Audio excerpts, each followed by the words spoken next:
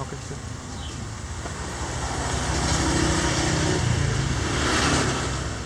Nyantai aja kita ngobrol. Nanti aja, ini udah rekam nih? Udah gue rekam. Oke, siap. Tapi gue gak pernah gue edit soalnya. Siap.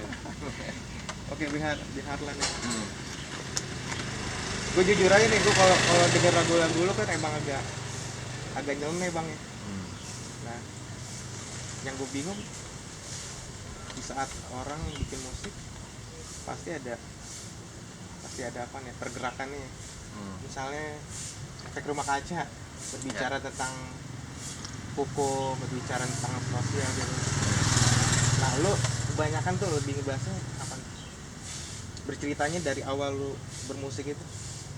Oke, sebenarnya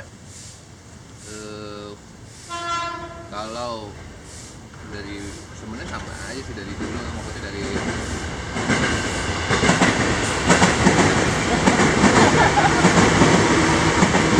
jadi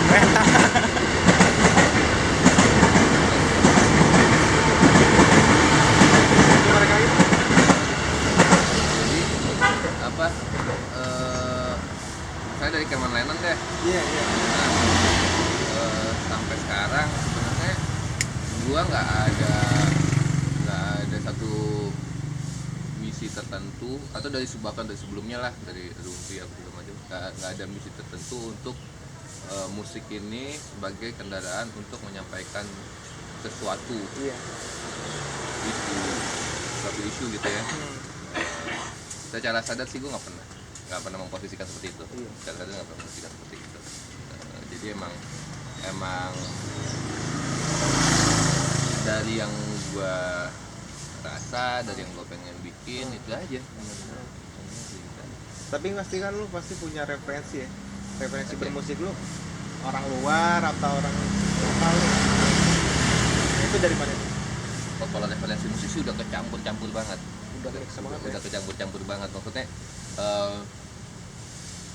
baik musik maupun liriknya ya udah kecampur banget. Tapi memang katakanlah punya beberapa favorit gitu ya.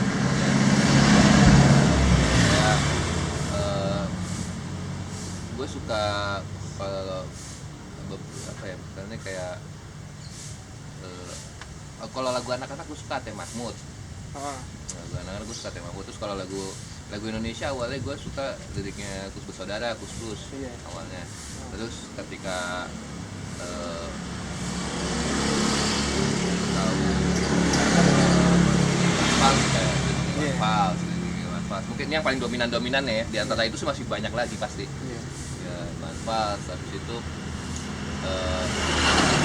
Morrissey, gitu kan. Morrissey gue suka dari Morrissey. Dan apa lagi ya? Mungkin ya itu kali yang paling dominan.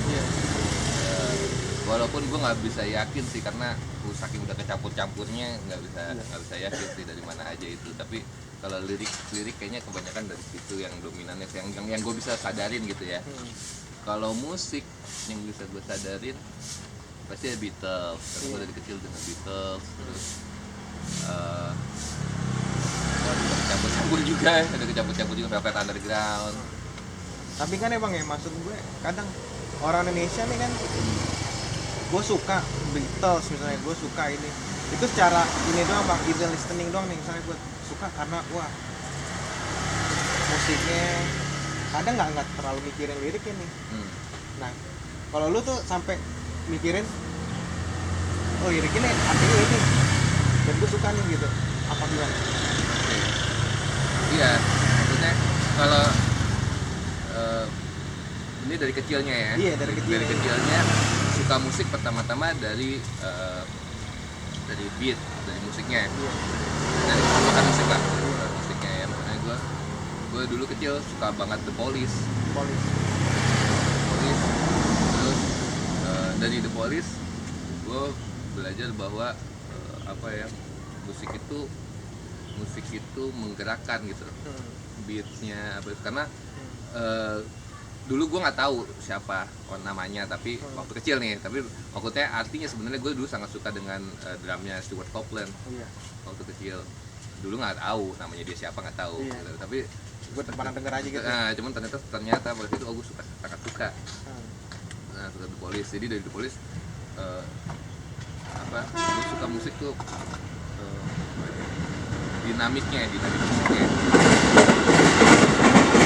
Dek,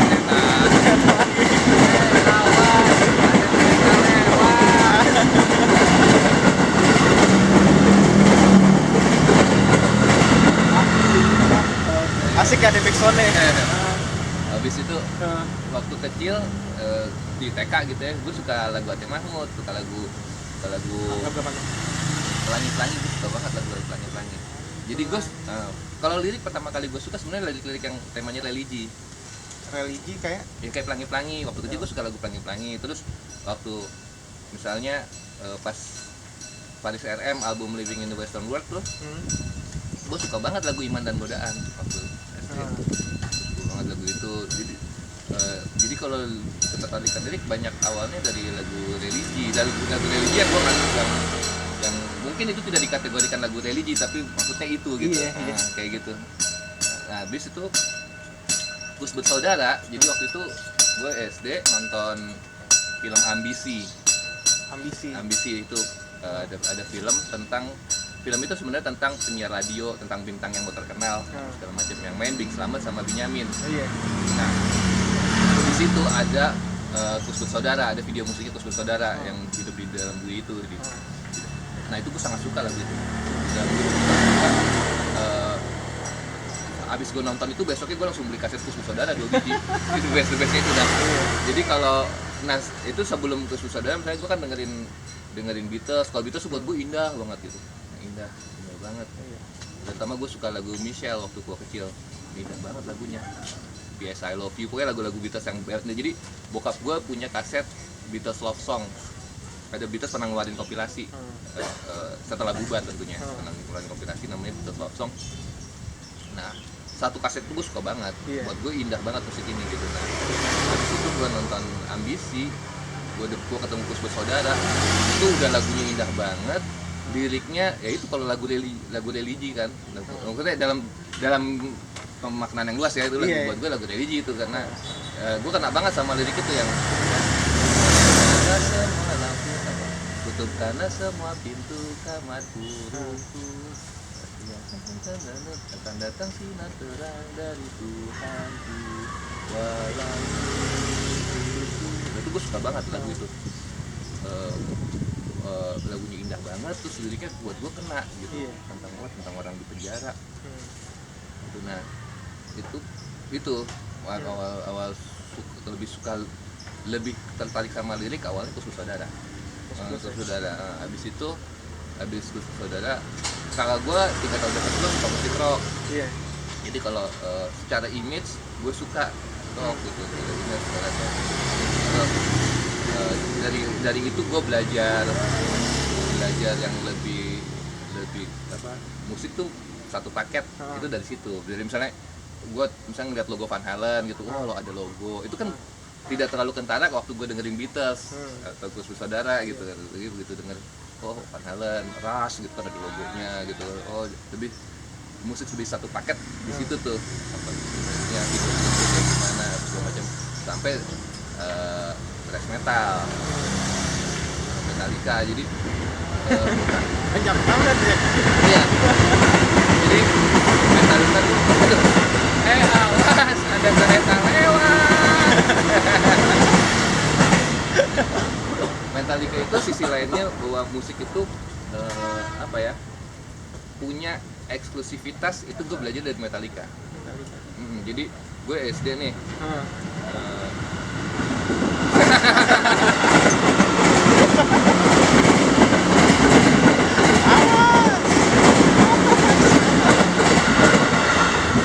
Di pause dulu.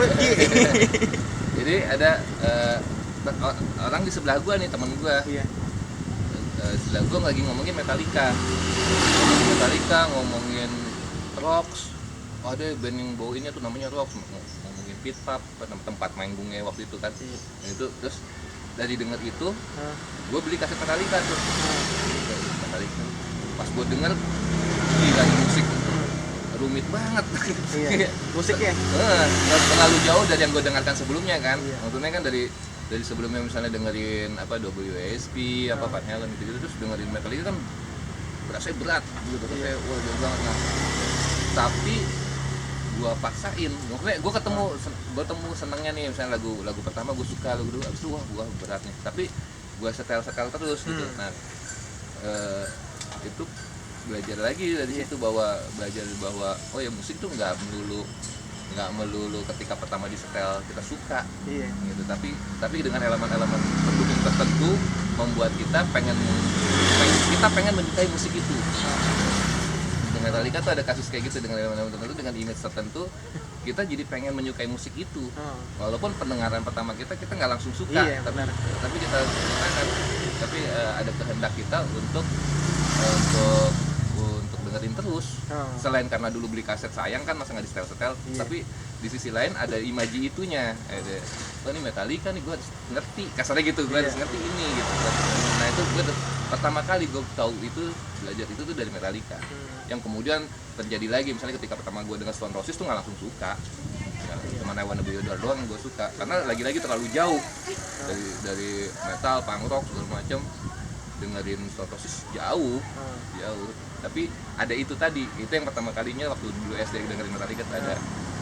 Cobain lah. SD. Metallica tuh SD kelas 5 apa kelas 6? Iya. Waktu itu albumnya lagi Injustice for All. Injustice for All lah tahun 88 ya. Jadi gue SD itu kelas 6, kelas 5 apa kelas 6 kan gue 88. Albumnya itu dulu yang gue dapetin. Nah, ya itu. Dan Metallica terus Anthrax, suka dengerin Anthrax. Nah, Anthrax yang paling kena gue. Maksudnya baru lagi ya paket gitu, itu paket apa logonya, apa fashion bandnya kayak gimana segala macam, sampai Anthrax itu sangat menarik karena dia banyak crossovernya kan, maksudnya dia band metal tapi dia punya lagu hip hop, Andy Man dulu kan, punya lagu baladnya NFB, kalau lagu baladnya pasti yang benar begini gitu. Dan dia jenaka gitu, mungkin gue deket sih sama jenaka, gue ada selera gue sama jenaka, kayak gue suka baca Lupus, gue ada deket-deketan sama jenaka, gue kayak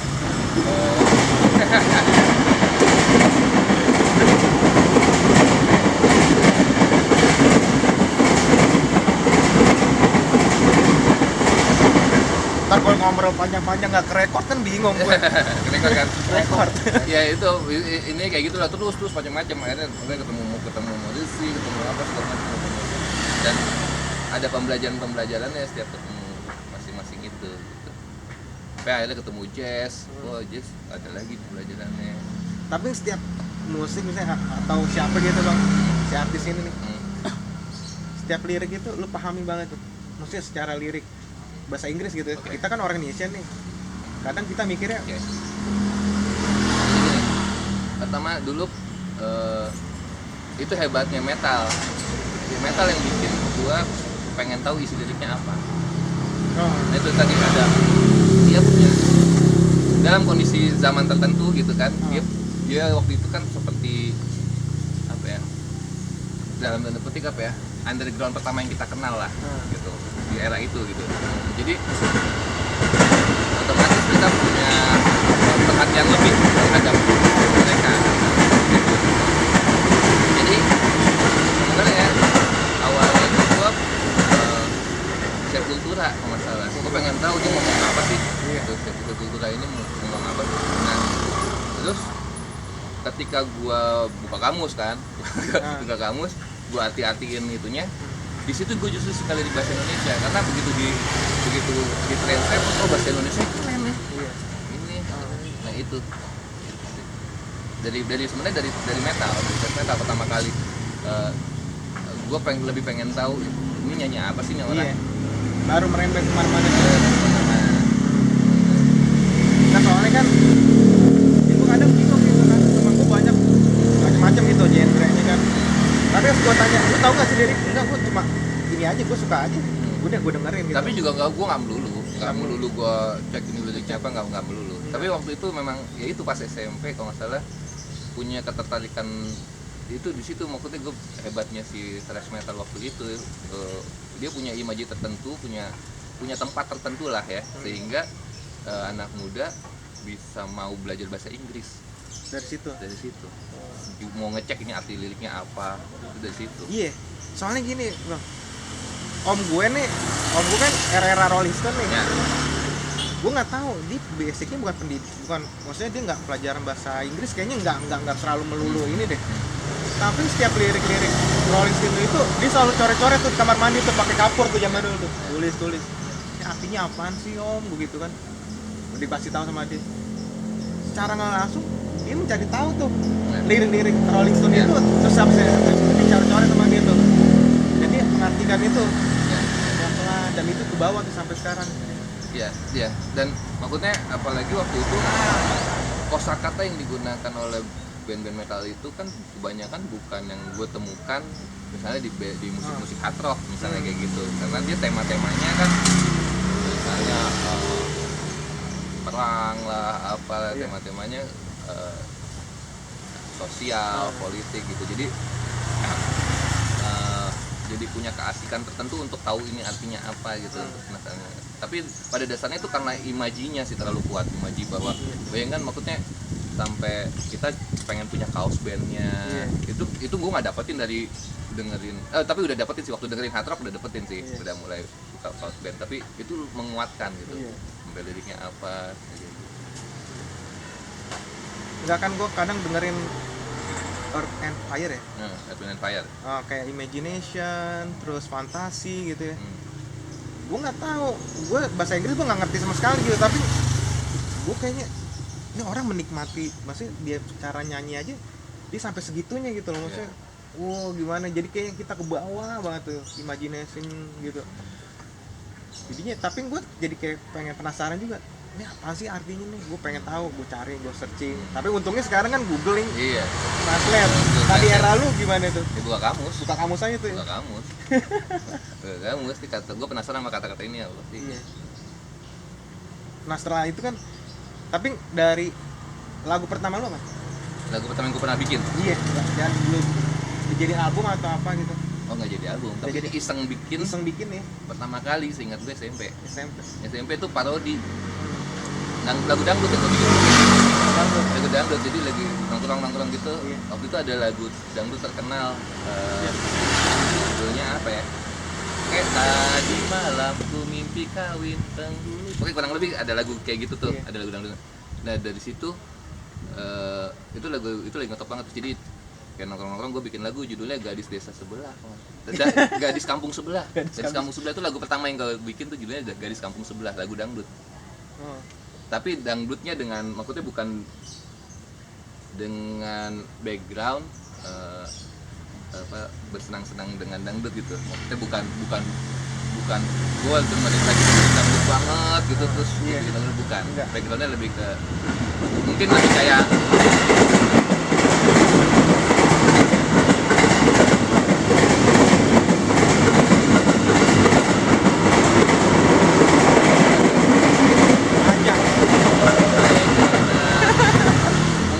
mungkin gambarannya lebih kayak Warkop nyanyi dangdut, PSP nyanyi dangdut.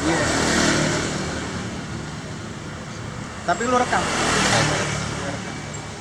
Dan lirik lu tulis tapi? Ditulis kalau nggak salah ditulis. Gue nyanyi di tongkrongan di anak-anak. Tapi kalau lu performan live belum ada ya? Belum pernah ada lu belum? Tapi dari dulu lu bikin lagu gitu, lirik gitu, ada bahasa Inggris gitu? Enggak, gue nggak terlalu pintar bahasa Inggris. Ada nggak ya? Pernah, kayaknya pernah. Tapi gue nggak gini. Masalah soul sih. Gue emang kurang nge-soul. Nulis bahasa Inggris. Gue kurang suka. Soul sih. Jadi ya itu dia, maksudnya waktu ada metal itu, thrash metal, terus ada punk. Di sisi lain ada Iwan Fals waktu itu. Jadi secara nge-soul gue dari Iwan Fals. Jadi gue SMP itu ada Suami rilis. Nah pertama-tama gue suka tahu Iwan Fals, menurut gue lebih di dalam sama Iwan Fals itu gara-gara Mata Dewa. Mata Dewa suami gue pecah, gue suka banget, dan itu agak menghentikan kegemaran gue mengamati bahasa Inggris gitu. Abis suami Kantata Takwa pecah, udah jadi gue ini banget sama Kantata Takwa. Maksudnya gue belajar nulis lirik itu dari Kantata Takwa, dari suami dan Kantata Takwa. Abis itu gue gara-gara Kantata Takwa suami gue ke belakang katalog pasang lama-lama. Abis itu ketemu Kantata Takwa, selesai. Di situ gue ngerasa lebih ngesul. Gue suka di Indonesia. Tahun berapa tuh bang? Tahun berapa? 90. 90 ya. Kantata Takwa 91 kali ya. Setelah itu lu bikin apa sih dulu? Pertama kali lu oke nih gue nulis lirik, gue bikin lagu. Yang lu pertama kali lu bikin album tuh? Pertama kali bikin album ya? Apakah lu bareng sama John Lennon? Enggak. Pertama kali kompilasi. Kalau yang rilis ya, yang dirilis itu dulu gue pas kuliah punya band namanya Rumpi. Itu banyak cover lagu-lagunya The Cure.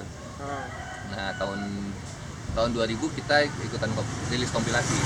Kompilasi sama Pops Records itu subdivisinya Aquarius. Jadi Aquarius punya divisi namanya Pops.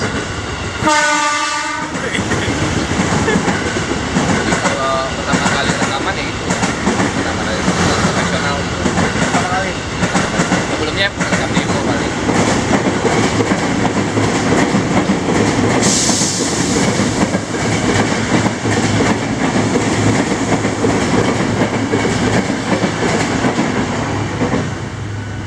Pakai pita itu masih pita.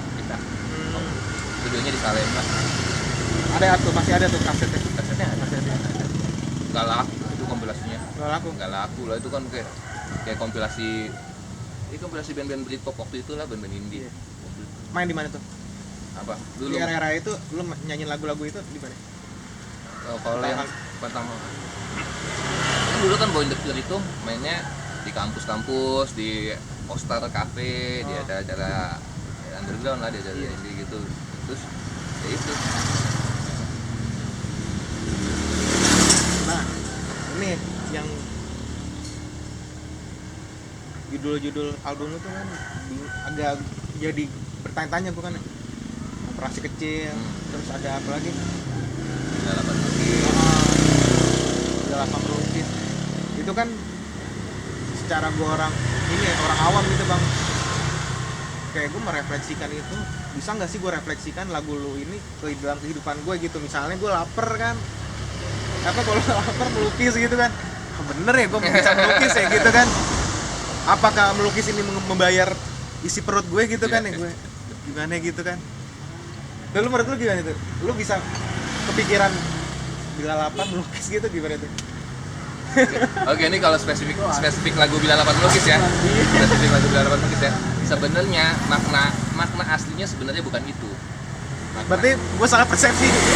Tapi gue sengaja kan nggak bisa ditafsirkan itu. Tapi sebenarnya makna aslinya bukan itu. Jadi Bila Lapan Melukis itu sebenarnya inspirasinya, gue baca buku biografinya Avandi.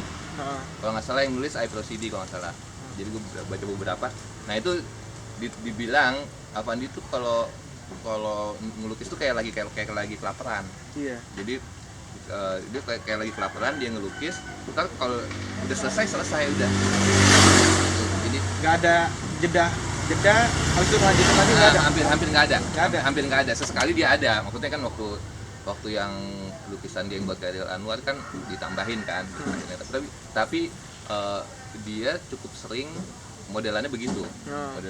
Jadi gue pengen lukis ini nih, terus ya udah dia, makanya liriknya kayak gitu, dalam sekali duduk selesailah karya, karena di buku itu diceritakan seperti itu. Ya kalau pokoknya mungkin selesai. Jadi kayak dia lapar melukis. Gitu, dia lapar melukis, bukan, tapi gue cerita di lagu gue bila lapar melukis maka ya kayak gitu. Nah jadi makanya emang ada bisa ada rasa lain gitu kan sebenarnya, kayak gitu, tapi itu kayak gitu gue. Iya makanya gue bingung kan, ini apaan nih gitu. Ya tapi itu kayak lirik-lirik kayak gitu jadi kayak kita ini juga ya, maksudnya apa ya, jadi terinspirasi, terus tiba-tiba kadang ada korelasinya bang Iya, iya. sama kehidupan nih, terutama ya itu ya yang gue pikir, gue kerja itu liburan, gue bingung tuh. Kerja itu liburan di mana nih gitu kan. Kerja itu liburan, kadang gue diomelin atau gue dia namanya juga dunia kerja pasti ada ada ininya ya. Lu ininya gimana tuh kalau menurut lu? Menggambarkan itu dalam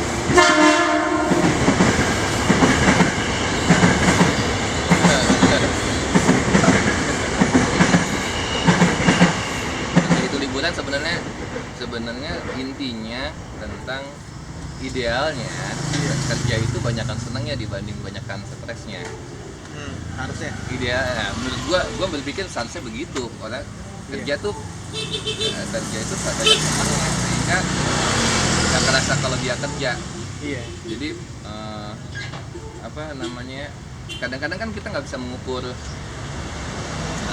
yang kebahagiaan itu ya. Iya. Kita nggak bisa mengukur, jadi lu lembur, gua lembur, iya bisa jadi diri lu apes, di gua lagi seneng-seneng karena moodnya karena kadang moodnya. karena moodnya, karena gue seneng ngerjainnya. Lu sampai pagi kerja, gua sampai pagi kerja, tapi bisa jadi beda itu. Iya Jadi beda, lu stres, lu nggak seneng banget, lu maki-maki, gua enjoy. Malah disuruh pulang, malah ntar lu lagi kerja nih, iya gitu kan, bisa kayak gitu kan ya. Nah sebenarnya itu dari kayak gitu, dari pengalaman bahwa kerja tuh bisa menyenangkan banget sebenarnya. iya itu lu ngerasain itu ada di pas lu kerja, Iya. lu kerja maksudnya kerja di perusahaan. Hampir rata-rata waktu gua kerja, Iya gua merasa itu lagi liburan. Hampir rata-rata. kayak gimana tuh bang, misalnya lu bangun pagi, Ya misalnya gua kan ngebangun moodnya itu loh dari pagi itu kan nggak tahu, gua seneng